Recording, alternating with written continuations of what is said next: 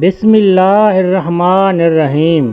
السلام علیکم ناظرین گرامی، آج ہم اس ویڈیو میں آپ کو بتائیں گے حضرت لال شہباز قلندر رحمۃ اللہ علیہ کی ایک عظیم کرامات کے بارے میں۔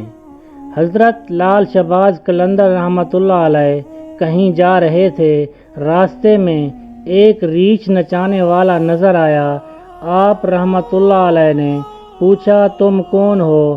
بولا، میں قلندر ہوں۔ اس دور میں ریچھ نچانے والے کو بھی قلندر کہتے تھے۔ وہ بولا، آپ کیسے قلندر ہیں؟ آپ کے پاس تو نہ کوئی ریچھ ہے اور نہ ڈگڈگی، تو آپ تماشا کیسے دکھائیں گے؟ حضرت لال شہباز قلندر رحمۃ اللہ علیہ نے فرمایا، تماشا پہلے آپ دکھائیں، بعد میں دکھاتا ہوں۔ ریچھ والے نے ڈگڈگی بجائی، ریچھ کھڑا ہوا اور ناچنے لگا۔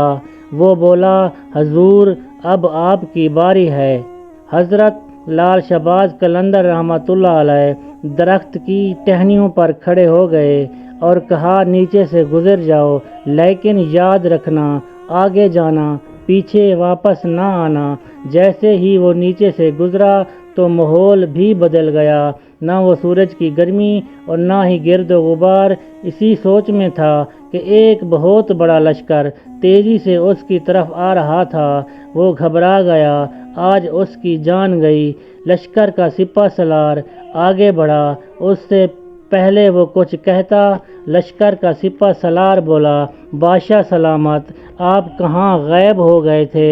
آپ کی سلطنت آپ کا انتظار کر رہی ہے اور ملکہ عالیہ کا رو رو کر برا حال ہے۔ اب وہ حیران اور پریشان شاہی گھوڑے پر سوار ہو کر چل دیا۔ محل میں پہنچا تو عظیم و شان عمارات دیکھ کر حیران رہ گیا، اور جب محل کے اندر داخل ہوا تو خوبصورت ملکہ گلے شکوے کرتی ہوئی اس سے لپٹ گئی۔ اب وہ شاہی پوشاک پہن کر تخت پر بیٹھ گیا۔ کئی سال گزر گئے، بچے ہوئے اور شہزادے بڑے ہو گئے، بڑھاپا آ گیا، جسم سے جان اور منہ سے ذائقہ چلا گیا۔ ایک دن اپنی سلطنت میں دریا کے کنارے بیٹھ کر خیال آیا کہ آخر یہ کیا ہوا تھا۔ اسی جستجو میں وہ وہاں پہنچا جہاں لشکر آیا تھا، اور وہاں دیکھا ابھی وہ درخت بھی موجود تھا۔ سوچا، چلو دیکھتے ہیں۔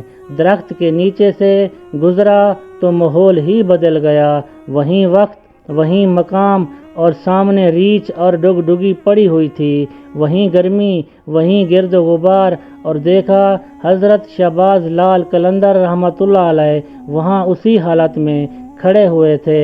پوچھا، جناب میری سلطنت، میری ملکہ اور میرے بچے کہاں ہیں؟ حضرت لال شہباز قلندر رحمۃ اللہ علیہ نے فرمایا، یہ سب تماشا تھا۔